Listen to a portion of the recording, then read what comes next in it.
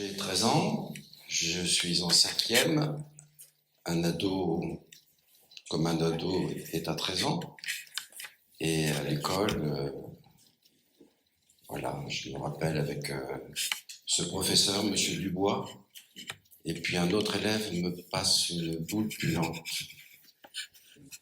que je prends et que je claque. Je ne sais pas si vous avez déjà senti une boule puante, c'est particulièrement... Et donc, bien sûr, le frère directeur, j'étais à l'école de la Salle-Arrive, vient nous sermonner et demande qui a fait ça. Et je finis par dire, ben, c'est moi, on me l'a passé, je l'ai claqué. Et donc, bien sûr, la sanction est arrivée, retenue, colle. Et ce frère directeur était un professeur d'anglais, et l'école, pour lui, c'était apprendre des phrases en anglais et apprendre la traduction. Et la phrase qui me reste depuis mes 13 ans, que j'ai apprise, c'est Man proposes and God disposes. Alors à 13 ans, rien dire. Hein. L'homme propose, Dieu dispose. Et puis j'ai grandi, et puis je suis mis à lire davantage la Bible, et puis j'ai un peu compris ce que ça veut dire que l'homme propose, et on peut rajouter mais Dieu dispose. Et cette phrase, quelque part, est reprise dans la Bible, dans le livre des Proverbes, de façon un petit peu différente, quand il est écrit que le cœur de l'homme peut méditer sa voie, mais c'est l'Éternel qui dirige ses pas. Mais c'est l'Éternel qui dirige ses pas. L'homme propose à Dieu, par la prière notamment, et Dieu dispose selon. Et on va en parler. Dieu est un Père aimant. D'ailleurs, la prière qui nous a enseigné Jésus, c'est notre Père. Et on pourrait dire notre Papa du ciel. Et dans le sermon sur la montagne, eh bien, Jésus explique comment ça doit se passer chez Dieu. Comment ça doit se passer avec Dieu. Alors, il a déjà expliqué dans ce sermon sur la montagne un certain nombre de choses avant. Il a expliqué que chez Dieu, c'est lui qui a la priorité. Plutôt lui que l'argent en termes d'idole, pour lui céder la place. Matthieu 6, 21, là où est ton trésor, là sera ton cœur. C'est lui qui a la priorité.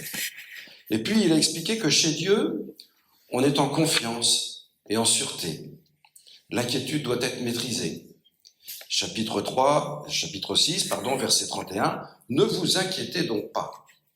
Ne dites pas que mangerons-nous ou boirons-nous, avec quoi nous habillerons-nous.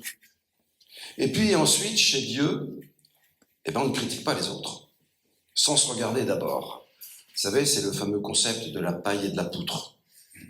Chapitre 7, verset 5, Hypocrite, commence donc par retirer la poutre de ton œil, alors tu y verras assez clair pour ôter la sciure de l'œil de ton frère. Alors on en est là. Et maintenant, chez Dieu, avec Dieu, on peut examiner nos attentes, nos propositions, nos réclamations, nos espérances. Et on sait qui il est et on sait qu'on peut lui faire confiance. Mais Dieu n'est pas un guichet, une administration, un bureau des réclamations, un distributeur automatique de billets, comme on va chercher du liquide à la banque. Non, Dieu, c'est un papa. Et c'est un papa aimant. Souvent, les enfants disent à leur père, quand ils sont petits, « Mon papa, il veut pas me donner ça, mais quand même, mon papa, c'est le plus gentil du monde. Mais il veut pas me donner ça. » Alors, j'ai quelques exemples avec notre petite fille de 4 ans, Liv, qui a demandé des choses à son papa et à sa maman. Très naturellement, elle lui a demandé qu'on invite le Père Noël pour l'apéro. Et puis, elle a demandé que la patte patrouille vienne à la maison. Et puis, ils vont à l'école un petit peu plus loin, il y a quand même quelques centaines de mètres, dans une rue où passent des voitures, et elle a dit « Je voudrais maintenant aller à l'école toute seule ». Et vous comprenez que sur ces 3 demandes, les parents ont dit non. Non pas parce que c'était impossible, au moins pour les 2 premières demandes, mais parce que c'était dangereux, notamment de marcher tout seul sur la route. Par contre, elle a demandé une robe de princesse. Et ça, elle l'a eu. Bon, cette illustration pour nous dire que ce que l'on demande à notre papa doit être réfléchi, et sa réponse n'est pas forcément celle que l'on attend. Alors que dit Jésus dans le Sermon sur la montagne concernant nos demandes? Et on lit dans Matthieu 7, les versets 7 à 12. Demandez, et vous recevrez. Cherchez, et vous trouverez. Frappez, et on vous ouvrira. Car celui qui demande reçoit, celui qui cherche trouve, et l'on ouvre à qui frappe. Qui de vous donnera un caillou à son fils quand celui-ci lui demande du pain? Ou bien s'il lui demande un poisson, lui donnera-t-il un serpent? Si donc, tout mauvais que vous êtes, vous savez donner de bonnes choses à vos enfants, à combien plus forte raison votre Père céleste donnera-t-il de bonnes choses à ceux qui les lui demandent? Faites pour les autres tout ce que vous voudriez qu'ils fassent pour vous, car c'est là tout l'enseignement de la loi et des prophètes. L'homme propose, Dieu dispose. Sur cette partie de ce que dit Jésus, là, il va s'adresser particulièrement à ses disciples. On lit au chapitre 1, verset 2, « Il s'assit, ses disciples se rassemblèrent autour de lui, et il se mit à les enseigner. » Donc même si la foule est là, un peu plus loin, il va s'adresser là particulièrement à ses disciples. « Demandez, et vous recevrez. » Quelque part, on a l'impression que Jésus dit là à ses disciples, vous êtes timides, vous êtes peu hardis, et vous n'êtes pas vraiment cohérent de pas ou de peu demander. Quelque part, c'est un reproche peut-être, et aussi un encouragement, l'un et l'autre. Pourquoi? Parce que Dieu, c'est un papa. D'ailleurs, on l'appelle, il se fait appeler Abba, ce qui veut bien dire papa. Et qui est le mieux placé pour entendre et comprendre les demandes des enfants, si ce n'est les parents, et donc le papa du ciel? Alors Jésus explique là qu'on est dans une relation père-enfant, mon papa avec moi, ce qui me permet de lui présenter avec confiance les demandes, les suggestions, les propositions pour ma vie. Et il dit même, il faut demander. Il faut demander. Moi, je pense à certaines personnes qui ont des besoins dans leur maison parce que elles ne sont pas en capacité de faire des choses en termes de bricolage, je ne sais pas quoi, et qui essayent de se débrouiller un petit peu toutes seules dans leur coin. Et plusieurs fois, je vais leur dire, mais il faut demander. Il faut demander si tu ne sais pas faire ça. Il y a des gens qui savent faire. Moi, je sais, quand tu as un clou, je sais, mais demande. Je n'ai pas osé demander. Mais pourquoi est-ce que tu ne l'as pas demandé? Qu'est-ce qu'on peut demander à Dieu? Demander quoi? Alors, il y a une expression sur laquelle je ne m'étais pas trop arrêté, mais qu'on emploie souvent, que ce soit d'ailleurs pour notre relation avec Dieu, pour notre relation avec les autres, c'est demander pardon. On peut déjà commencer par demander pardon. Parce que Dieu donne son pardon. Mais il faut lui demander pardon. Il faut faire cette démarche de se placer devant lui, de se regarder et de demander pardon. Et puis on peut aller plus loin, on peut aussi lui demander, si je ne suis pas encore avec lui dans une relation forte d'un papa avec son enfant, de lui demander d'être mon papa, de devenir son enfant et de me donner ce qui lui appartient, qui est le plus merveilleux, qui est la communion avec lui pour l'éternité. C'est ce qu'on appelle communément entre nous le salut, tout simplement pour demander cette extraordinaire grâce que l'on peut avoir. Et puis bien sûr, et on a peut-être tendance à penser en priorité à ça quand on parle de demander et vous recevrez, mais quand même, on peut le citer, demander des choses pour chacun d'entre nous. qui peuvent concerner la santé, la famille, le travail, les difficultés, l'Église, nos relations, etc. Sans oublier de demander pour les autres. On en reparlera un petit peu plus tard. Le verbe qui est utilisé là dans « demander, vous recevrez », et on le retrouvera dans les deux autres expressions après, indique une invitation continuelle et habituelle.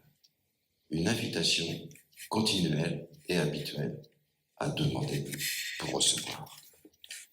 Donc demander, mais on l'a dit, Dieu dispose. Combien de fois nous devons considérer que nous avons fait des prières et qui n'ont pas forcément été exaucées, soit jamais exaucées, soit exaucées plus tard, soit exaucées autrement que ce qu'on en avait imaginé. Dieu ne fait pas d'erreur et Dieu sait. Et après coup, quelques années, quelques mois, que sais-je, plus tard, on se souvient de cette prière et on peut dire, ouais, Dieu savait. Dieu savait. Dans la Bible, on nous raconte des prières qui n'ont pas été exaucées. Je lis dans le livre des Actes, Luc qui raconte « Paul et Timothée traversèrent la Galatie phrygienne parce que le Saint-Esprit les avait empêchés d'annoncer la parole dans la province d'Asie. Et parvenus près de la Mysie, ils se proposaient d'aller en Bithynie, mais là encore, l'Esprit de Jésus s'opposa à leur projet. Ils avaient une intention, certainement une prière. La réponse est non. Et puis, j'ai pensé à cet épisode dans l'Évangile de Jésus qui renvoie deux disciples qui veulent être en place d'honneur. Certainement qu'ils avaient fait une demande là aussi à Jésus.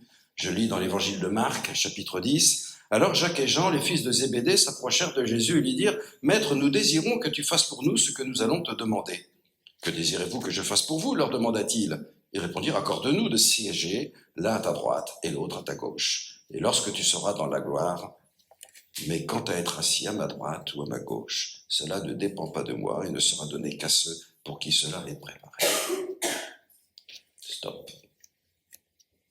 Alors il y a aussi des demandes, parfois peut-être tout simplement on ne formule pas. Pourquoi ? Parce qu'on n'y croit pas. Parce qu'on ne pense pas qu'il puisse y avoir une réponse. Ou peut-être tout simplement parce qu'on n'y pense pas. Parce qu'on est plus un humain qu'un enfant de Dieu. Et on oublie de regarder à notre Papa du ciel.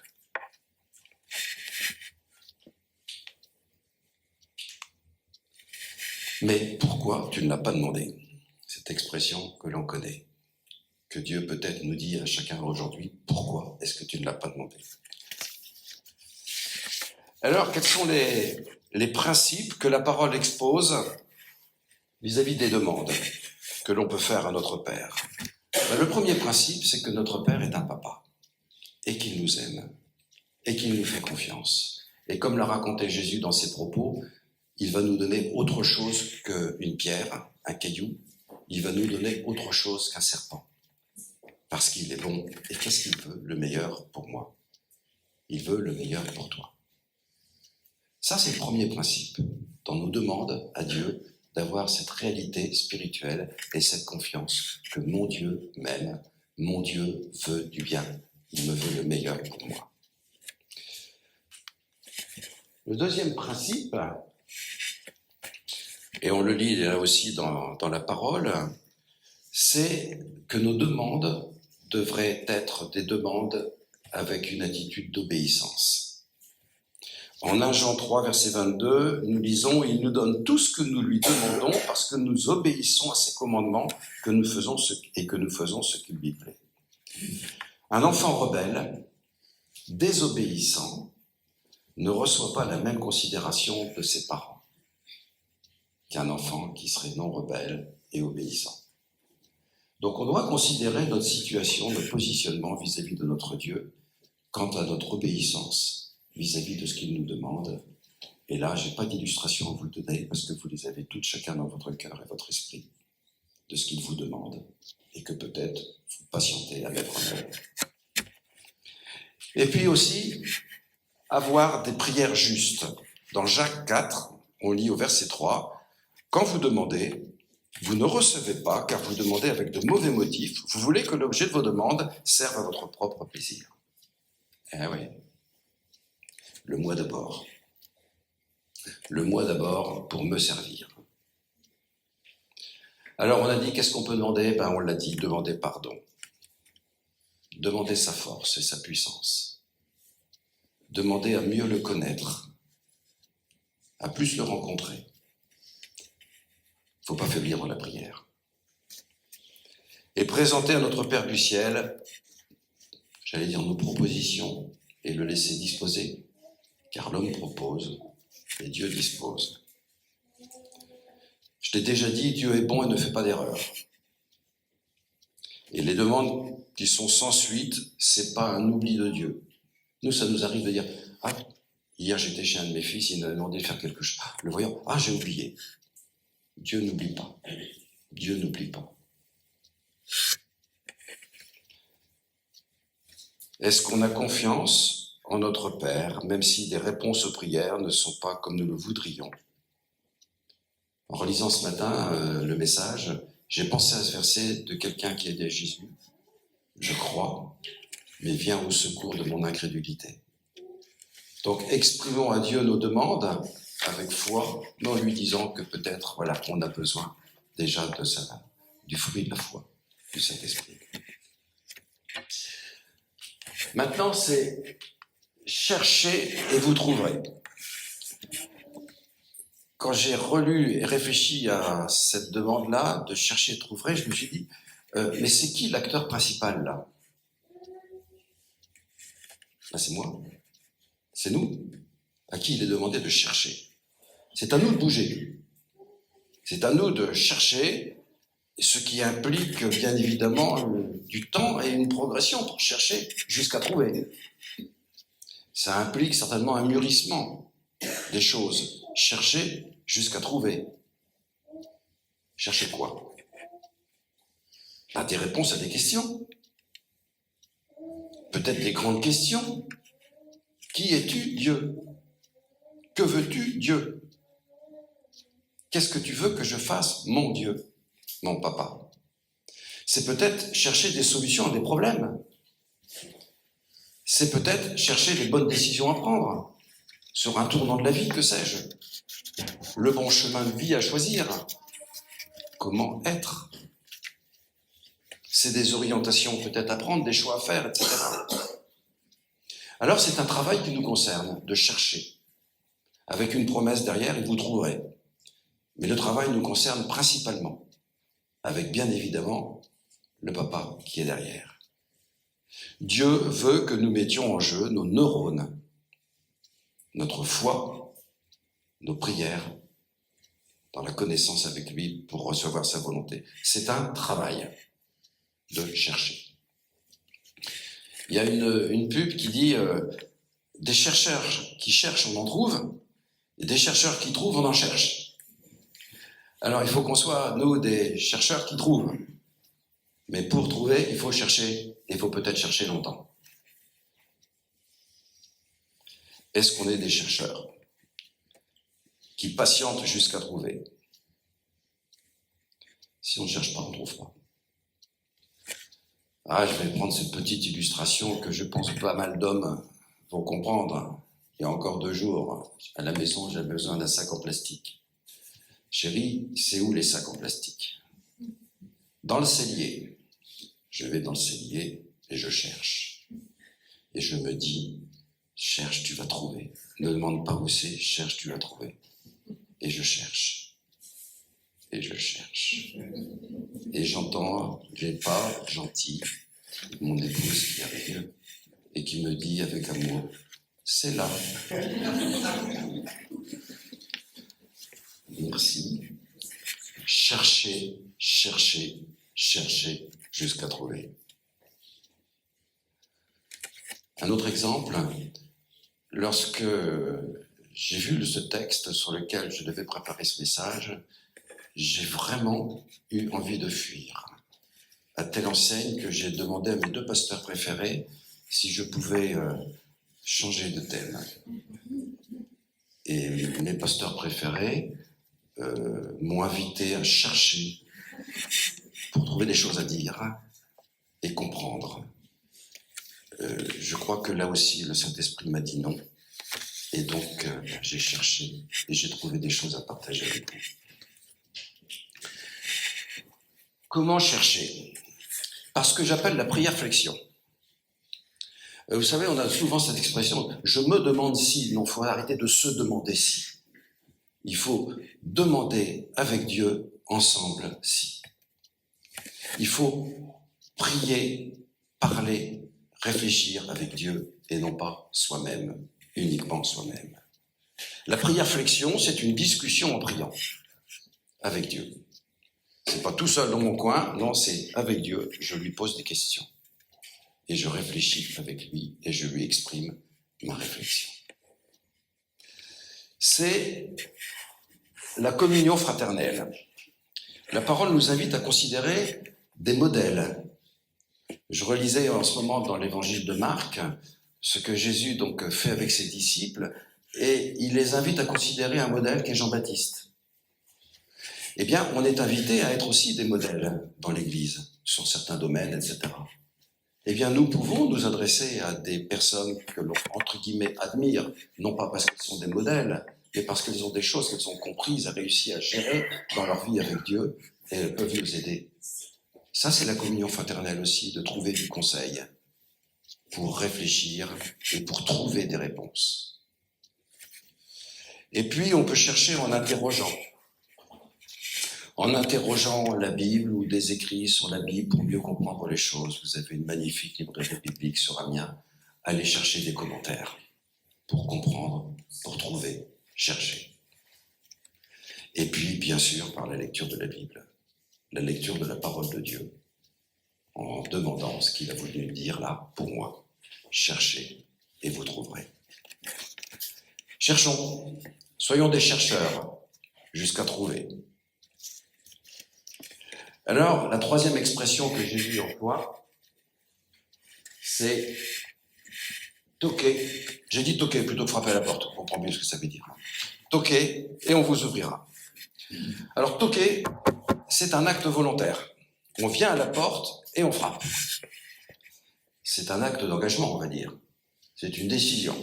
C'est une initiative que l'on prend de venir frapper chez Dieu.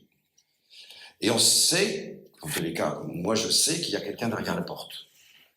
Si quelqu'un ici ne sait pas encore s'il y a quelqu'un derrière la porte quand on frappe chez Dieu, eh bien frappez. Et puis vous verrez s'il y a quelqu'un derrière. Frappez pour entrer dans la maison de Dieu. Frappez pour venir vivre avec Dieu dans sa maison. Dans la maison de Dieu. C'est une décision de changer de résidence, de se déplacer, de se bouger. Il y a une semaine, il y a une personne qui est venue frapper à ma porte.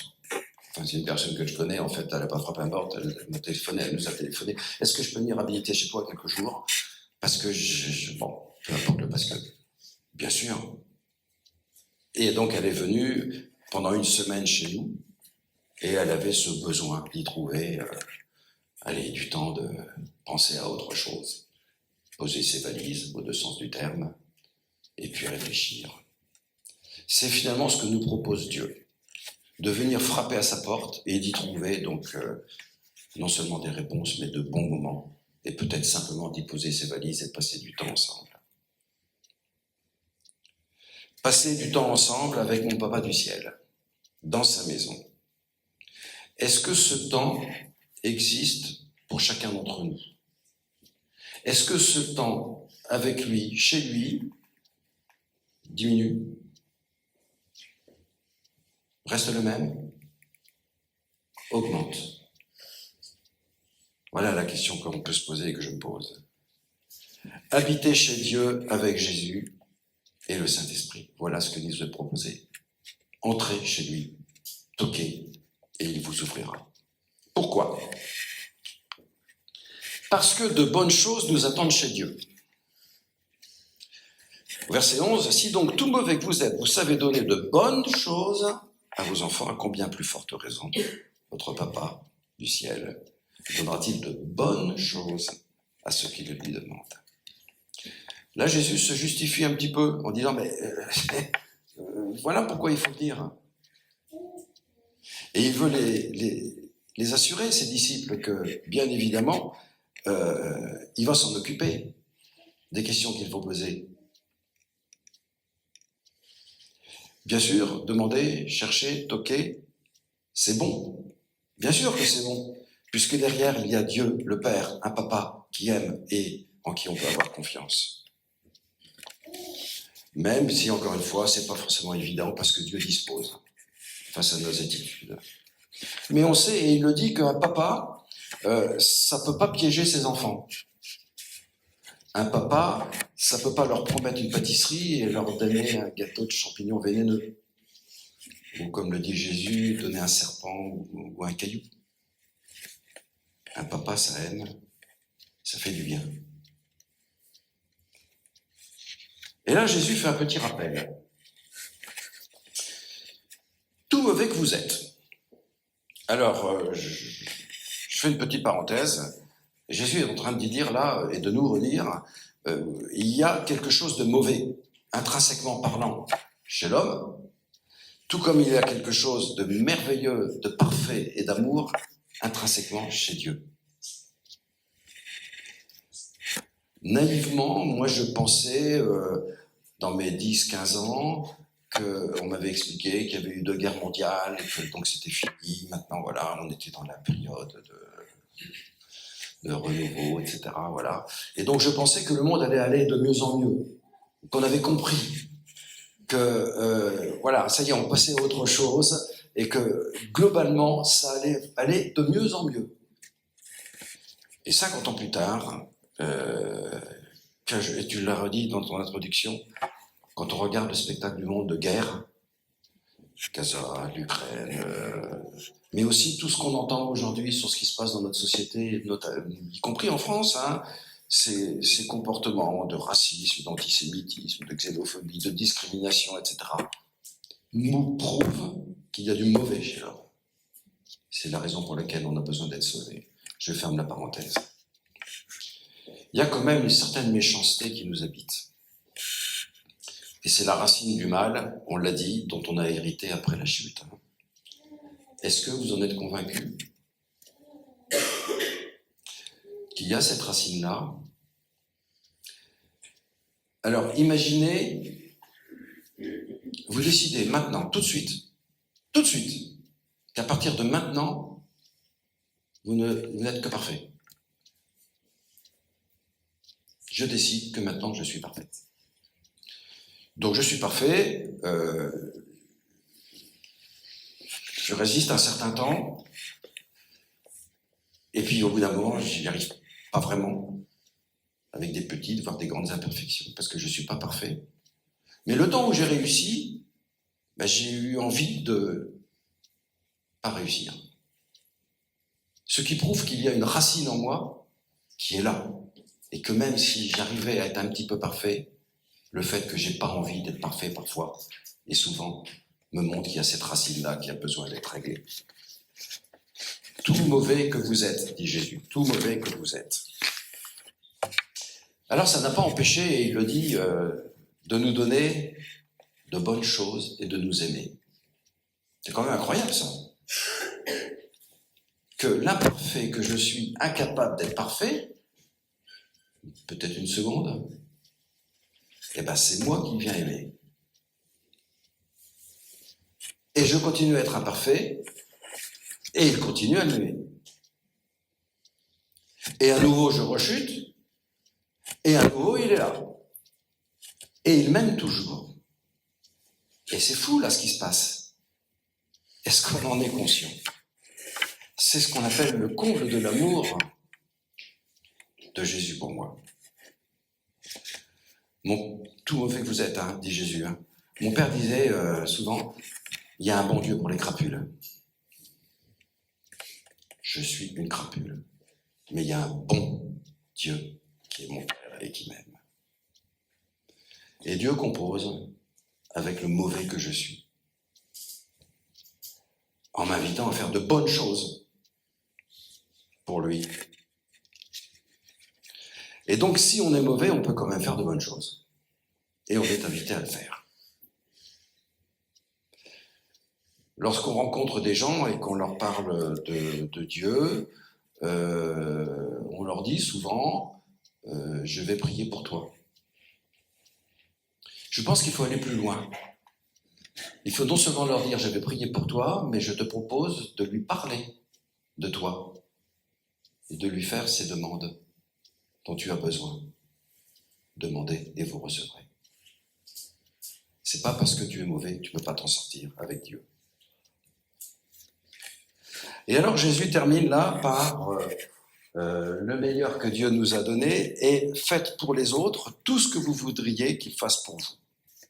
On a presque l'impression à la fin du passage que ça n'a pas trop sa place. On se demande pourquoi il dit ça à ce moment-là. Demandez, vous frapperez, vous recevrez, etc. Cherchez, vous trouverez. Et puis, faites pour les autres tout ce que vous voudriez qu'ils fassent pour vous. Et puis, il développe un petit peu. Et donc, Jésus propose finalement que la bonté de Dieu, la bonté de son papa, eh bien, devienne notre modèle pour nous aussi, avec les autres, imiter ce qu'il est pour nous, pour les autres. Chez Dieu, il y a des règles. On a dit qu'on allait habiter chez Dieu, et quand on habite chez quelqu'un, moi je dis souvent aux petits-enfants, et c'est devenu quelque chose d'un petit peu marrant, comique, quand ils arrivent chez nous, on fait « Ah ouais, chez Zapépa, mais il y a des règles ». Eh oui, chez nous, il y a des règles. Bah, chez Dieu, il y a des règles. Ça n'a pas empêché Dieu de nous donner le meilleur. Hein. On l'a dit que nous soyons mauvais. Il y a des règles, pourquoi ? Ben, il y a des règles pour nous protéger, et il y a des règles pour le bien de tous. Parce que nous sommes une famille, en église, ici-bas, et on vit ensemble, dans sa maison. Pour que la vie soit plus agréable pour tout le monde, c'est pour ça qu'il y a des règles. Et puis en société, au-delà de l'église, au-delà de la famille, etc. Et que Dieu soit honoré par nos comportements, entre nous. Le respect des règles comportementales, c'est quelque chose d'important. Je reprends encore l'histoire l'exemple de ma petite fille, lui, là. Elle va à l'école, et donc, il y a des règles à l'école. Et donc, quand on respecte les règles, la maîtresse, quand on a bien fait les choses, elle donne une petite épingle verte. Si on ne l'a pas trop respecté, elle donne une petite épingle jaune. Si on ne l'a pas respecté du tout, une petite épingle rouge. Et puis, si au bout de 3 épingles vertes, tout va bien, une petite épingle dorée. Voilà, il y a des règles. Et les règles, donc, génèrent de l'insatisfaction, bien évidemment, de l'institutrice, mais même chose avec Dieu, il y a des règles. Et quand on respecte ces règles, ça donne de la satisfaction de mon Dieu pour moi. Chez Dieu, on ne se comporte pas n'importe comment. Et Jésus propose une règle de comportement. Faites aux autres ce qu'on voudrait qu'on vous fasse, et c'est ce qu'on appelle la règle d'or. Faites aux autres ce que vous voudriez qu'on vous fasse. Vous avez entendu qu'aujourd'hui, l'or vaut très cher. Et bien cette règle-là, elle vaut très cher. Elle vaut très cher pour nous, parce qu'il faut donner, et elle vaut très cher pour les autres, parce qu'ils reçoivent beaucoup. Et il nous est dit que cette loi d'or que Jésus nous propose dans son Église, dans notre vie, avec les autres, en société, etc., reprend la loi des prophètes aussi. Dit un petit peu autrement, tu aimeras ton prochain comme toi-même, je suis l'Éternel. Faites aux autres ce que vous aimez qu'on vous fasse, tu aimeras ton prochain comme toi-même. Alors il y a d'autres personnes, Confucius ou dans le Talmud, qui ont écrit les choses un petit peu autrement. Moi j'appelle cette écriture un petit peu autre la règle d'argent. L'argent c'est moins précieux que l'or, mais quand même, c'est pas forcément mauvais. Et qui disent, j'allais dire par la négative, ne fais pas aux autres ce que tu ne veux pas qu'on te fasse. Alors j'ai comparé les deux règles. À gauche, la règle d'or de Jésus, qui est exprimée positivement. Faites pour les autres ce que vous voudriez qu'ils fassent pour vous, car c'est l'enseignement de la loi et les prophètes. Et quel est le moteur de cette règle ? Faites aux autres. C'est l'amour. Et la règle d'argent Ne faites pas, c'est la forme négative, aux autres ce que vous voudriez qu'ils ne vous fassent pas, car. Et là, le moteur, c'est « je veux pas qu'on me fasse ça ». C'est plutôt une forme d'égocentrisme, même si ça peut être quelque part pas mal de ne pas faire, entre guillemets. La règle d'or est sous-tendue par l'amour. La règle d'argent est sous-tendue par moi-même. Aimez-vous les uns les autres, c'est une autre façon de souligner cette règle d'or. Alors moi j'aime bien dire que aimez-vous les uns les autres, les uns ça va, mais les autres, les uns ça va parce que les uns on les choisit, mais les autres on les supporte. Les autres c'est nos exclus, c'est les autres. Souvent on vit peut-être plus aimez-vous les uns, mais pas les autres. Et j'ai besoin, et je pense que nous avons besoin d'une grande guérison à ce sujet.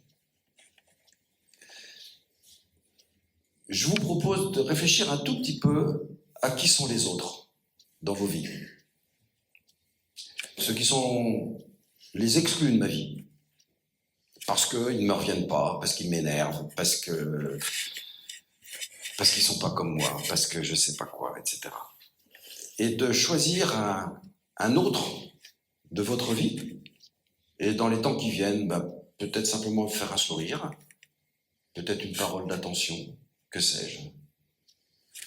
Peut-être à la fin du culte, là, au lieu d'aller voir toujours les uns, d'aller voir les autres. Pour conclure et reprendre un petit peu tout ce qu'on a vu dans ce texte, sur lequel, encore une fois, je n'avais pas grand-chose à dire, mais merci Olivier, merci le Saint-Esprit. Jésus nous demande de vivre avec Dieu, Papa, cette relation de confiance au travers de nos attitudes. Demandez, cherchez, toquez. Où est-ce que j'en suis de cette invitation continuelle qui nous est demandée par Dieu? De demander, de chercher, de toquer, de frapper pour entrer chez Dieu. L'homme propose, Dieu dispose, c'est la confiance en notre Papa du ciel. Tout mauvais que nous soyons, il nous aime et il nous donne le meilleur selon ses plans. Et que cela transparaisse dans nos relations les uns avec les autres, sans oublier les autres, en les considérant comme Dieu les considère. Cher Papa du ciel, merci d'être ce Papa aimant, disponible, présent, attentif, qui nous entend maintenant, qui nous regarde,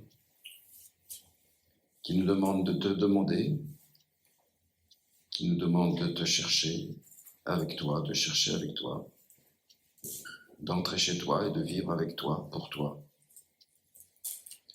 Merci pour cette grâce merveilleuse que tu nous proposes d'une vie à tes côtés, dans la confiance et dans la certitude que tu veux de telles bonnes choses pour chacun d'entre nous. Donne-nous une foi, Seigneur, qui est une foi qui sait attendre, une foi qui sait patienter, une foi qui sait considérer que tu vois les choses peut-être différemment de celles que nous voyons nous dans nos demandes, dans nos prières. Et puis Seigneur, donne-nous de te voir comme notre modèle et de vouloir déteindre sur toi, ou plutôt que toi tu déteignes sur nous, pour que nous sachions aimer comme toi tu aimes, les uns, sans oublier les autres. Et que nous sachions, Seigneur, avec ta force, ta grâce, ton Saint-Esprit, mettre en œuvre au moins un petit peu cette loi d'or de faire aux autres ce que tu voudrais qu'on nous fasse. Merci pour tes bénédictions, pour ta parole. Amen.